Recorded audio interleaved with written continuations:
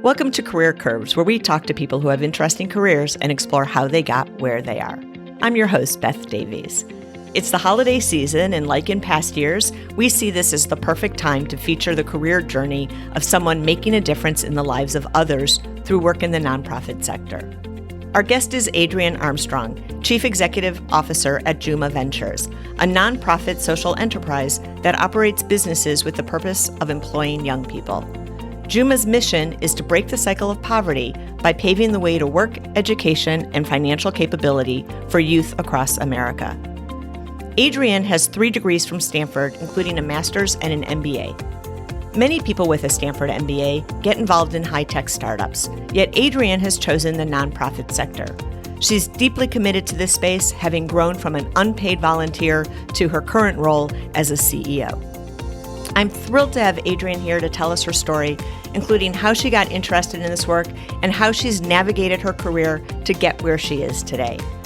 Adriane, thank you so much for joining us. Thank you so much for having me. I want to get started with the present and where you are today, what you're doing today, and then we're going to go back in time and find out how you got here. So let's start by talking about Juma Ventures, and what exactly does Juma Ventures do? As you mentioned, Juma is a nonprofit social enterprise, and we operate businesses with the purpose of employing young people. We make sure they earn a paycheck, learn how to manage their money, and gain essential skills like personal responsibility and how to communicate in the workplace. Ultimately, we connect them to their next job and we set them on a path to their career. Most people in the Bay Area know Juma through Giants games. So if you've been to a Giants game and you've bought coffee or ice cream in the past 27 years, you've actually bought it from a Juma youth. The businesses that we operate are at sports entertainment venues, and operating in 6 cities in more than 20 venues, we're able to employ nearly 1,000 young people every year. That's unbelievable. It also means, because I can put 2 and 2 together, we're sitting here in COVID and you're talking about sports arenas. So this pandemic has to have hit you hard. How have you adjusted for COVID and the pandemic? It was pretty much devastating when the sports leagues suspended their seasons and all of the stadiums closed. But our team is very resilient and our youth are incredible. So we very quickly pivoted and brought our programming online. We had an astounding 92% of our youth stay engaged with us every week through this summer and continue in their professional development through workshops, small group meetings, one-on-one coaching.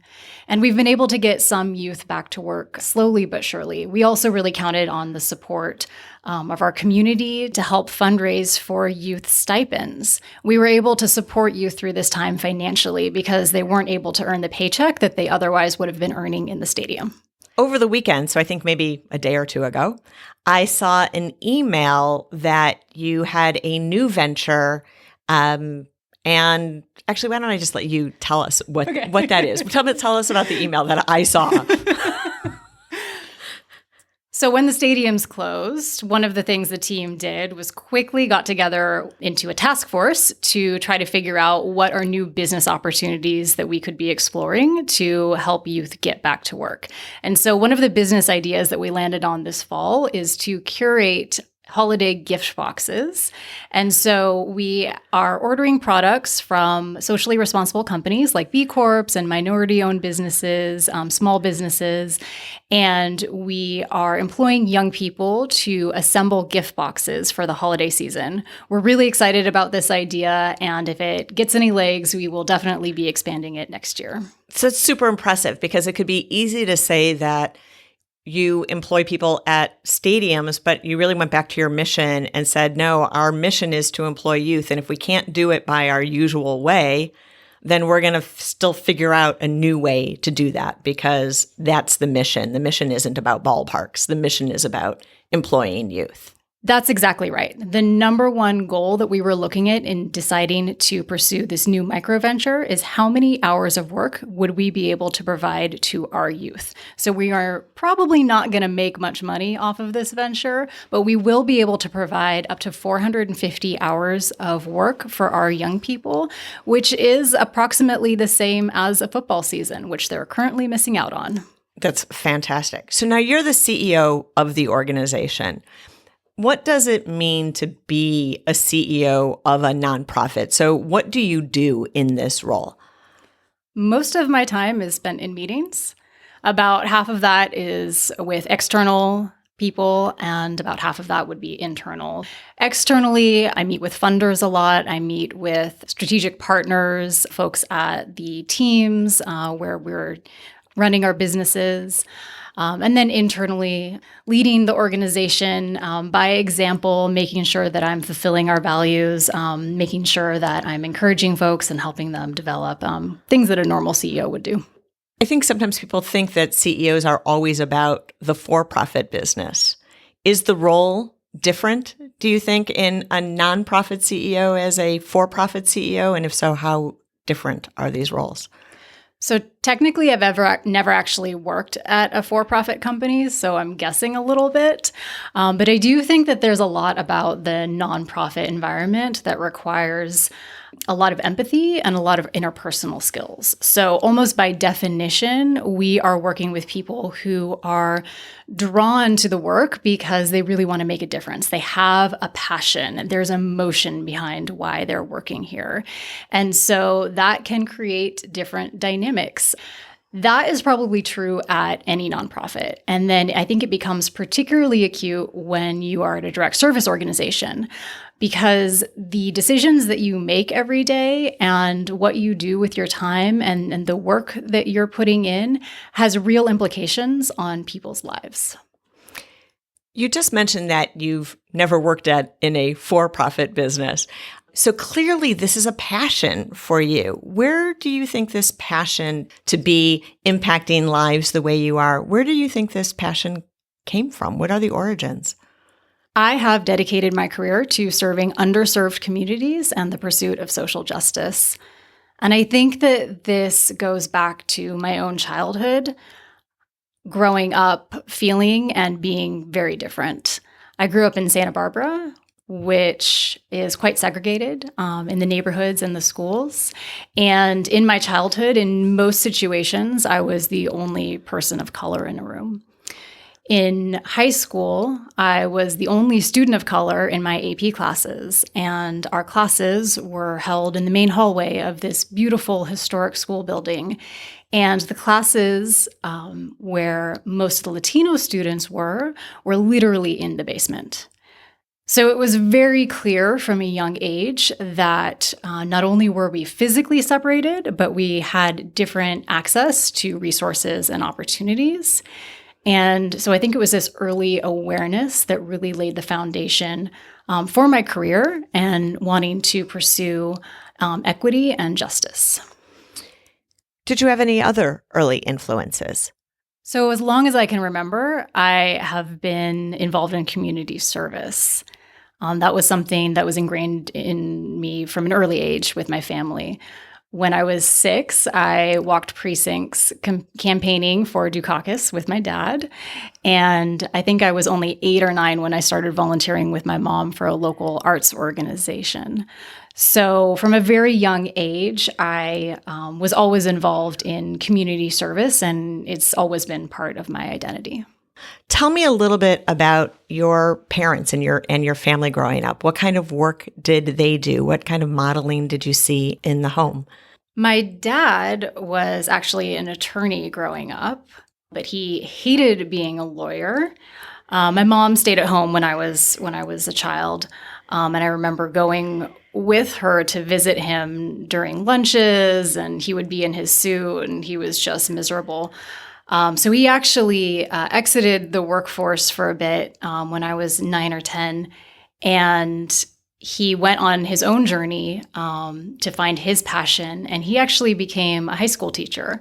So I'm actually quite proud that my dad is an ex-attorney turned high school teacher, and I think that while I have pursued my own interests in community and education, he laid a great foundation for pursuing that passion. I love that. Yeah, because he really showed you the difference between what it's like if you're doing work that's just work or if you're doing work that is a passion. So you mentioned that you'd done political canvassing as a very young child. Did you actually also have any jobs as a teenager that again helped to shape and influence who you are today? My very first job was as a barista at the Coffee Cat. So I worked at a coffee shop, which is actually the same job that a lot of Juma youth do, is being a barista. The Coffee Cat was a couple blocks from my house and from my high school, and it's a place where my friends and I went every day after school. I would go there with my dad on the weekends. And so when I started to think about getting a job when I was turning 15 or so, I wanted to start earning my own money. I thought that would be a really fun place to work. And I actually remember the day that I walked in to the Coffee Cat with my dad, and I was trying to muster up the courage to ask the manager if they were hiring. And I was so shy, and I couldn't get the words out. And so my dad actually just swept in and asked for me. And the manager happened to be a family friend. So he basically on the spot said, yes, I could work there. I actually think about that moment a lot at Juma. Why is that? Because the job that I ended up with is the same job that Juma youth do. But if Juma youth don't have coffee shops in their neighborhoods, if Juma youth don't have dads around that go with them to those coffee shops, and if Juma youth don't have dads that go with them to the local coffee shop and happen to be friends with the manager, I don't know how they get their job. I don't know how I would have gotten my first job. And so Juma is really able to provide an opportunity that a young person may not otherwise have access to. You know, it's interesting because we hear a lot about the importance of mentors in our careers. And no doubt mentors can have a high value. But there's also a tremendous value of advocates, which is really in many ways what your father did for you at that point. Somebody who's going to step up and say, here's somebody that you should consider. Absolutely. And I think that being an advocate for us at Juma, it's not just about playing that role when that young person needs that support, but it's also making sure that they ultimately know how to advocate for themselves, because Juma youth are only going to work with us for one sports season, and we want to make sure that they are able to advocate for themselves and progress in their careers far and beyond their time with Juma. So at some point, high school was going to come to an end. Your time as a barista probably was also coming to an end, and you were heading off to college. What kind of plans were you making for yourself around maybe what you wanted to be, what you wanted to study as you were heading off to college? When I was first heading off to college, I think I wanted to be a psychologist. I really enjoyed talking to people. I enjoyed understanding what other people thought, understanding other people's perspectives. Of course, when I got to college and I took a couple of undergrad psych classes, I realized that the degree was going to be more about research. And so I ended up pivoting away from that as a career, although I did still go on to get a master's in social psychology, specifically studying the experience of students of color in education settings. And so what did you end up majoring in then instead of psychology? I ended up majoring in comparative studies in race and ethnicity. I got the advice when I was going to college to study what you love, study what's interesting to you. And I'd first been exposed to ethnic studies in high school through an African American studies class, which I was really grateful for. And then when I got to college, by my sophomore year, I realized that I was finishing my ethnic studies books before the quarter even started. So that was a pretty good sign that I should probably just keep studying that. Yeah. Like there's a passion here if you're diving into the books that fast and that deep. Exactly. And part of it too was it was an opportunity to really explore my own identity and to delve further into the experience of people of color in this country. Experiences beyond what I had, witnessed firsthand. So you chose a major that was just what interested you. There's a lot of pressure that I see on college kids today to think about college almost as job training and to really think about what the job is that they're going to get. Did you feel any of that? Did you struggle with any of that of what am I actually going to do with this degree, and what kind of plan were you making based on that? I did have a sense that I wanted to keep working in the community, that I wanted to keep working with people. And so while the degree in comparative studies in race and ethnicity was a deep dive and sort of one angle, it did occur to me that there would be sort of relevant content that I would be able to carry forward in my career. And so at graduation, what was your first job after college? Directly after college, I went to work for the California Wellness Foundation. I had a role in evaluation, which was a great match for my skill set since I'd recently completed the master's in social psychology. So I had, your social science research skill set translates well to evaluation roles. Okay, but a moment ago you mentioned that you didn't like psychology because it was heavily about the research and that's what you were going to be doing. And so now your first job, though, was about research. Yeah. So to clarify, I had a misconception about what being a psychologist would be, but then it turned out that I actually really loved the research side of it. Okay, so this role wasn't a complete mismatch in that regard. No, I love the research side. I love the evaluation side. I just realized that I was not going to pursue that degree and then sit in an armchair with someone on a couch telling me about their feelings, that's not actually the career path for that. Got it. So now, how did you land the job at California Wellness Foundation? Do you remember? Well, I had a pretty unique skill set for someone applying to entry-level jobs. But I also had experience at a foundation prior. So my junior year, I applied to an internship at a foundation through a program similar to Juma that connects students to careers where we are historically underrepresented. So I went out to New York for the summer and I worked at a foundation. That was actually my first job in the nonprofit sector, even though it was on the foundation side. And then when I graduated, I applied to entry-level roles really in both direct service organizations and foundations. And I happened to luck out with this role at the California Wellness Foundation.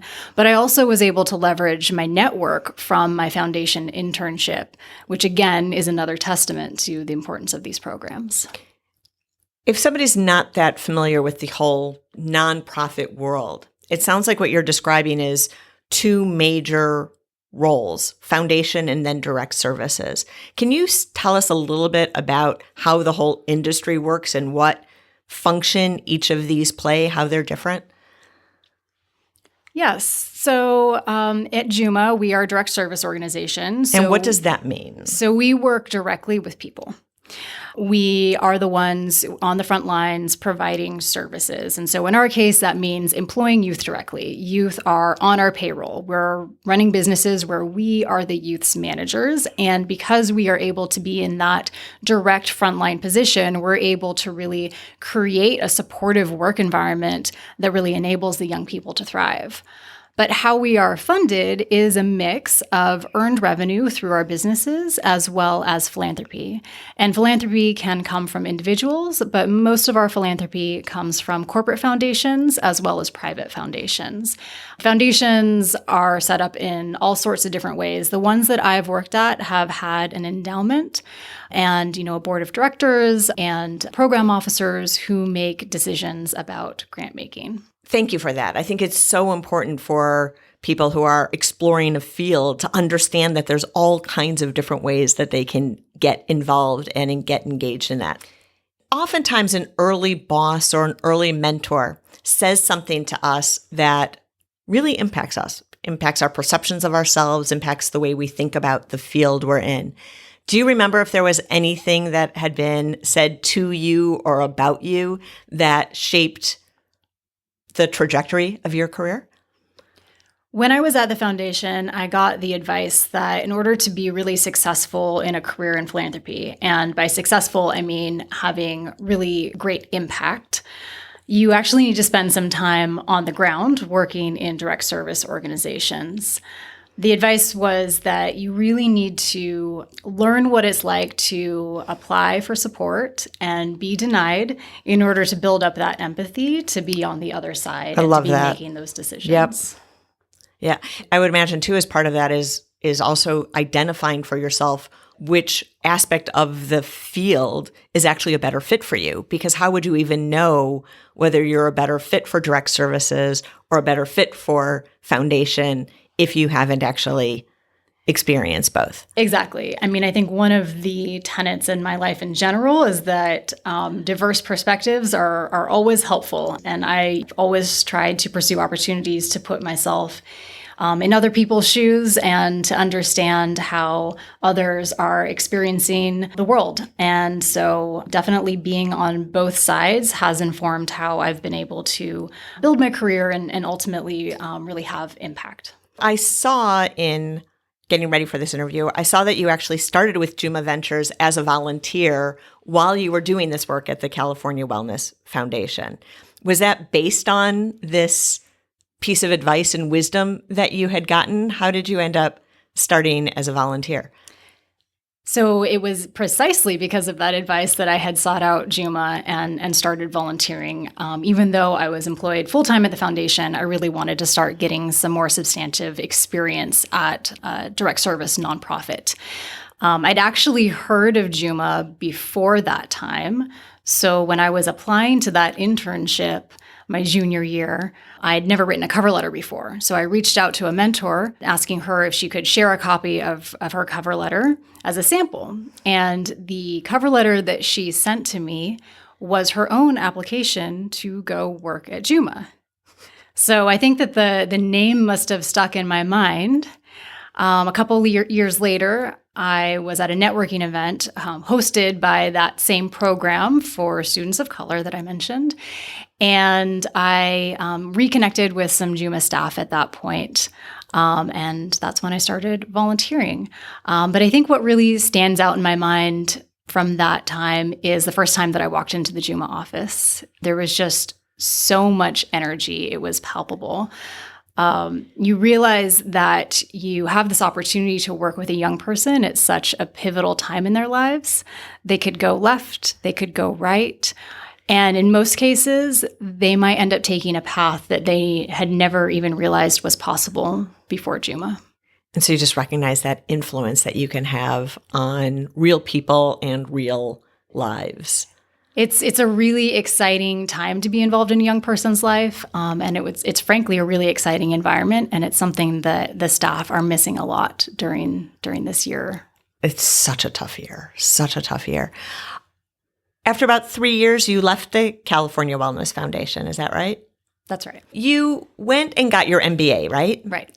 Why did you choose to go after an MBA as opposed to a master's in nonprofit work? So like a master's in nonprofit management. Mm-hmm. Why the MBA instead? As much as I was interested in the nonprofit sector, I thought at the time that if there was even a 5% chance I was going to want to do anything different in my career, that I wanted to keep my options open, and the MBA would be more transferable to other sectors down the road. Oh, so I totally get what you're saying, that if you go for a master's in nonprofit management, it's unlikely that you could get considered in a for-profit management type role, but the reverse isn't true. That's the assumption that I was making when I was 25. And did it turn out? And did it turn out to be true or not? It turns out that I've never even tried to leave the nonprofit sector, so it's untested so far. Okay, but you go to Stanford for an MBA, and Stanford is in my backyard. I live in Silicon Valley, and I see all of these Silicon Valley executives who have Stanford MBAs. So clearly the dominant path, or at least the dominant story we hear about where somebody goes with a Stanford MBA is into high-tech entrepreneurship. Did you feel pressure to go that same route? The entrepreneurial culture is alive and well at Stanford Business School, but I never personally felt pressure to go the entrepreneurial route. I think it was my time at California Wellness where every week I would see hundreds of organizations, hundreds of models for how to create change. And I was really interested in pursuing my MBA and then finding one of those models that I could contribute to make better, to make more effective, make more efficient. And at no point did I have the feeling that I had this big idea that no one else had ever come up with. I was pretty sure that my model that I wanted to contribute to was out there somewhere. As we're going through your story, one thing that I'm noticing is that peer pressure doesn't seem to sway you. I think there's so many opportunities where this type of peer pressure could really sway somebody. And you seem to be strong enough in your convictions and knowing who you are that you're not swayed by that. Is there a mantra you have? Is there something you tell yourself? Is there something you know about where that strength comes from? Like, help me understand that strength that you have to resist peer pressure. You know, it's funny because I don't even know that I think about it that way. I have had an identity of being different from such an early age that it's never even occurred to me to try to fit in with those around me. I remember being really, really little, 5, 6 years old, and sitting in my grandparents' living room watching TV. My grandparents are white. And realizing it just hit me that they have no idea what it's like to be watching this TV and never see someone that looks like them. So from day one in my family, I felt different. So I don't think I ever really felt a need to fit in. That's so powerful that your reaction to it was to say, this is who I am and I don't need to bend to fit in.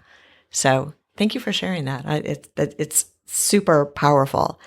While you were getting your MBA, you also were working, which is also uncommon for people getting an MBA at Stanford. Tell me about that. Why was it important to you to be working while getting your MBA? So nearly all MBAs, I think, have summer internship. Mine was through a program called Education Pioneers, another career program that connected graduate students with careers in education. But I also worked as a consultant for the Ford Foundation throughout my MBA, and that is very rare. But I was one of 2 people in my class who both came from a nonprofit and planned to go back to a nonprofit. And MBAs are very, very expensive. So I realized that I actually needed to make as much money as I could. So through some former colleagues, I got in touch with some staff at the Ford Foundation who were able to offer me project contracts on winter breaks and spring breaks. And basically any free time I had, I would do small projects to try to earn some extra cash. You've mentioned a few times that there were programs that you took advantage of connecting youth to opportunities. How did you find those? How did you know that those programs existed? And what advice would you have for people who want to find those same types of programs? I think I first heard of the programs that I had participated in because they had just advertised on campus, or maybe I got an email. But part of it too is that I love to explore every opportunity. I'm also a compulsive yes sayer. So, if someone says, do you want to go check out this program? Sure. And so I was also primed and predisposed to figure out any and all opportunities out there that could support me in what I was trying to do. Because I'd had some early experiences taking advantage of participating in programs, I knew that they could have a lot to offer. What was your first job after getting the MBA? Did you stay with Ford Foundation or? So I did actually continue to do some project work for Ford Foundation, but I also started with a nonprofit called Sweat Equity Enterprises. They were exploring an earned income model. It was a startup, tiny. There were 2 full-time staff and 2 consultants, including myself. What's an earned income model? The earned income model was that the program delivery and earning the fees were one and the same. Got it. How did you find that opportunity, and what motivated you to join Sweat Equity Enterprises? I actually heard of the startup through my Education Pioneers network. And in addition to being interested in earned income models, and part of it was that it was a startup and I was coming out of Stanford, and you sort of feel like you've got to give a startup a chance. But it was also, so even though it wasn't necessarily a high tech startup, you're like, okay, look, I'm still doing startup. I've got to try something small. But it was also, frankly, the recession, and so there were limited opportunities. It was crazy graduating in the summer of 2009, and so it was a great fit for my interests. But I pretty quickly realized that the idea didn't really have legs, and so I moved on from that opportunity fairly quickly. You mentioned earlier that one of the big kind of skills or attributes you need as a CEO of a nonprofit is empathy. And I would imagine that starting your career in the middle of a recession, or your post-MBA career in the middle of a recession, probably gives you a fair amount of empathy for what people are experiencing right now who are trying to start their career in the middle of a pandemic. Do you find yourself drawing on that experience at all in the current state of what's happening today? Absolutely. I mean, in general, I'm constantly thinking about how other people are feeling and what they might be experiencing. But I'm have often thought through this, if I were in their shoes, whether it be graduating from high school, whether it be graduating from college, in the middle of an MBA program, how would I be feeling at this time? What would I be missing out on? I mentioned that 2009 was a crazy year to graduate. Normally when you graduate from Stanford Business School, 100% of the graduates have job offers lined up. People's job offers were being rescinded. Companies were closing left and right. It was a pretty crazy time, and I have imagined that it is quite similar to how things are now, with the difference that I could hit the street and go find an opportunity. That's more difficult right now. You can't sort of go out there and network and create opportunities the way that I was able to in 2009.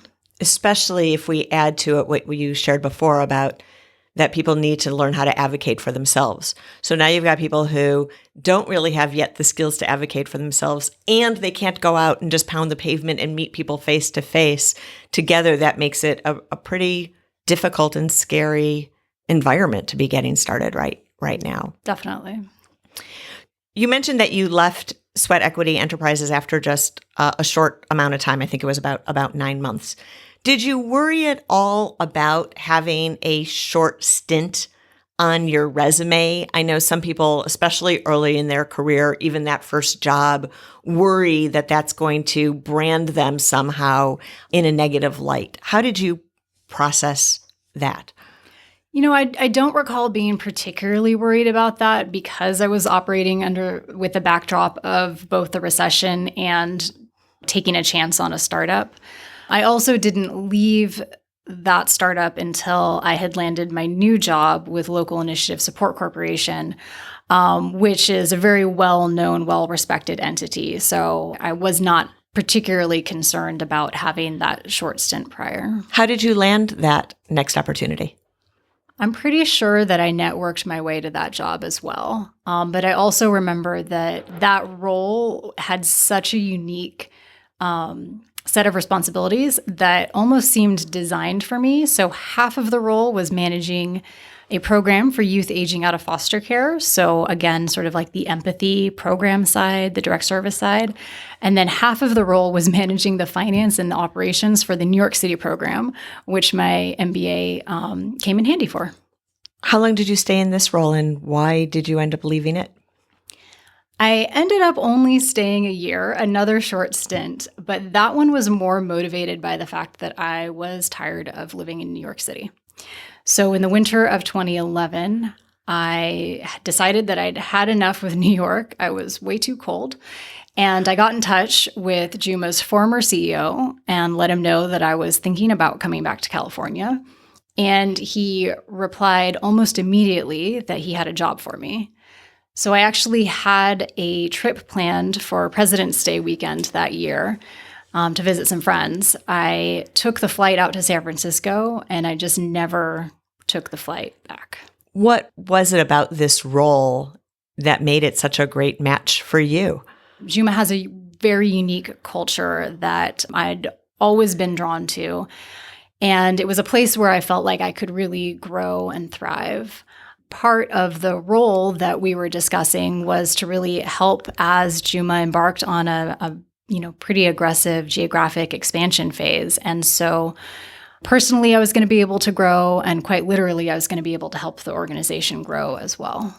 Do you remember if there was anything that you were doing when you were volunteering in the organization that created the kind of memory that this executive had of you? So I think I've always made it easy for my supervisors to really appreciate my work ethic. I've always been very reliable. And so I was a volunteer, but I was coming in almost every day during lunch and after work to help out, whether it be applying for funding or organizing meetings, helping to design programming. I think that I probably just proved myself very dedicated and very reliable. And that, I'm guessing, stuck out.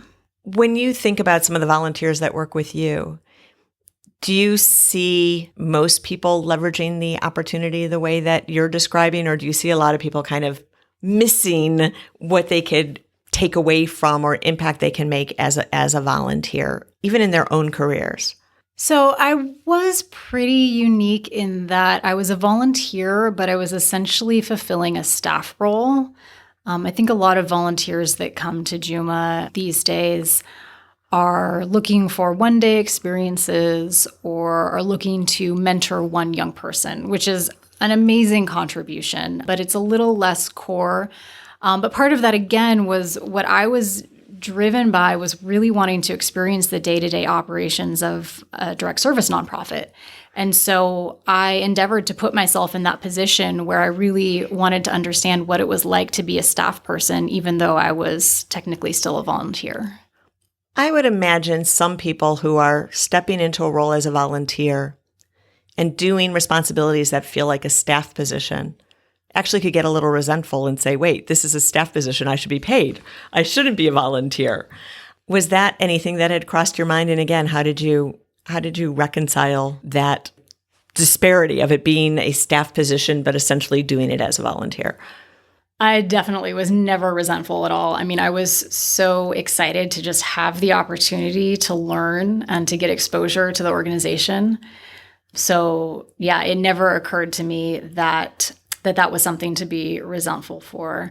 So you started with Juma in 2011? 2011. 2011. We are now just coming to the end of 2020. So it's just 9 years later, and you've gone from that role in business development to now becoming CEO. So you've really risen in the organization. How did you make that happen? Can you tell me some stories of these different promotions that led you to keep getting increasing responsibility, increasing scope, and now essentially to becoming CEO? So before I actually joined Juma full-time in the spring of 2011, I actually had come on as the interim COO. And so from sort of day one, I was exposed to the general finance and operations of the organization. But we knew that my permanent role was going to be managing director of programs. And so that's the role that I took on that spring. And as I mentioned, we were at the beginning of a geographic expansion phase. My very first day on the job was actually in San Diego, helping to set up programs in that site. And so as our programs grew, as we grew to more cities, and the site directors of those new cities reported to me, My role grew to chief program officer.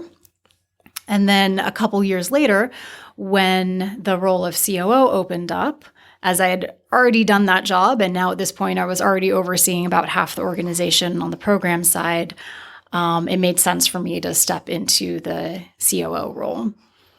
I had the opportunity to apply to become the CEO in 2017. And that was that was by far the biggest jump, in part just because of the responsibility of the role, but also because I just had my second son. I'd only been back to work full-time for a couple of weeks when I had to make the decision about whether or not I could step in and take this responsibility, having an 8-month-old and a 2-year-old at home. What made you decide to say, yes, you could? I was and I am obsessed with Juma. And so part of me always knew that if this opportunity ever came up, there's no way that I could say no. I really wanted to do everything I could to make sure that Juma was strong and that Juma succeeded. I also knew that if I said no, there's going to be a high chance that I would regret that down the road. Whereas if I said yes and I gave it a good try, at the very least, I would learn something. I'm hesitating asking you this next question because I have to be honest with myself and say I don't know that I would ask this of a man. And I don't necessarily like the idea that I'm going to ask you a question that's based on being a mother that I wouldn't ask somebody who's a father, but I'm going to ask it anyway. Did you have to put in place for yourself any type of support structure because you had the 2 young children to allow you to step into the role of CEO? Yes. The support structure was essential. So my husband and I are both from Southern California. Our families are down there. So we don't have any local family that was able to help out. And my husband's role is also very demanding. So he also has a lot of evening work, which I do, being in a nonprofit, and a lot of travel, which I also have. And so it was essential that we had help at home. When that first year, when I took on the CEO role and I had, an under 1-year-old and a 2-year-old, we had the 2-year-old in full-time daycare, plus we had another 15 to 20 hours a week of help at home, plus we had a full-time nanny. So we had probably 60 hours a week of childcare help, just to keep it together and moving. But one of the ways that I sort of rationalized it at the time, and looking back, it was absolutely the right decision, is that period does not last forever. That's what we needed to get through about a year of transition of me in a new role and the kids as young as they were. But now we just have some part-time help, and eventually, maybe one day, my husband and I will be able to hold down the fort on our own. But if you can afford, and if you're privileged enough to be able to get that support, it definitely made all the difference at a critical point in my career. Such an important point you're making about the fact that that's not the forever piece. Another question for you about the rising in roles at Juma. Sometimes people think that getting promoted is because they've done really good work and have the work stand on their own. And you even mentioned that some of when you were volunteering, having the work speak for itself. So some people believe that doing good work is what leads to getting promoted. Some people believe it's about having an advocate or having a sponsor. Some of it say that it's about advocating for yourself. Based on your experiences, what would you say of those? Which of those contributed the most to your getting promoted, and what advice would you give others as a result? I think it was probably all of the above. So my predecessor definitely created opportunities for me and saw my potential. At the same time, I'd like to think that I was pretty easy to support. I always did a really good job. I was always very reliable, very responsible. And when it came to moving into the CEO role, I really did have to advocate for myself. I ended up auditioning for that role for about 5 months. And I think one of the things that I had to overcome, having come from the COO role, was this impression that I wasn't going to have a vision for my role as CEO. And so it took a while for me to really convince the board that I had a vision and that I could lead with vision and that I could be exciting enough to lead the organization. Sometimes that could be one of the challenges that we have of growing up inside of an organization, is that people have these preconceived ideas about us that we then have to recalibrate. And so I think that's a powerful story you just shared of 5 months of actively working to recalibrate this perception that you wouldn't have a vision to be able to say, no, I actually would. So you have this deep expertise in nonprofits, and I'd love to ask you just a few questions about nonprofits in general, which is, do you think there's a certain type of person that's best suited to the work of nonprofit? And any thoughts on the flip side, too, of who should avoid this space? Well, I think I've mentioned this before, but there's definitely a lot of interpersonal dynamics in nonprofit work. So I do think it's important that people going into nonprofits have a knack for understanding people, have high emotional intelligence. Again, there's a lot of passion in the work, which can make it so exciting. But it also, creates its own unique management challenges. I know some people have that kind of interest and they can say, I've got that. I've got the emotional intelligence. I've got the empathy. I love people. But I'm also graduating from college with a lot of debt.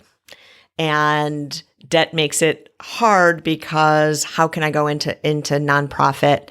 What advice would you have for somebody who's in that position where they're really trying to struggle with the debt? I am so glad you asked this question because I actually think that it's one of the biggest issues that our sector faces in really progressing social change. So I believe that the best leaders have proximity to the communities that they're serving, whether they experience the same things as the people they're serving or they're from the same neighborhoods, from the same communities. What that means, though, is if you're coming from a low-income community and you might be the first person in your family to go to college, you might be in the position to break that cycle of poverty, but that's going to be much less likely if you go to work for a nonprofit. Sector-wide, I think that it's an issue with our salaries and how our work is valued. Individually, I don't begrudge any person who's worried about student loans who goes to work at a for-profit to pay off those loans and then eventually comes back to the nonprofit sector, and I see that a lot. I was only able to go directly to a career in nonprofits because I was in the very privileged position that my grandfather actually paid for college. And I see stories similar to mine with nonprofit leaders a lot. And I think that's a problem. You, I'm sure, interview quite a few people and have interviewed people over the years. When you've had people who are coming from a for-profit job and are transitioning in, what do you see as the most effective ways to make the case or convince somebody like you who's a hiring manager that I'm the right person to make this shift coming out of for-profit and into nonprofit? So the number one thing that I look for is self-awareness. Number one. For entry-level roles, that could be asking someone about a time they'd made a mistake and how they felt once they realized they'd made a mistake and what they did about it. And literally all I'm looking for is for them to admit that they made a mistake.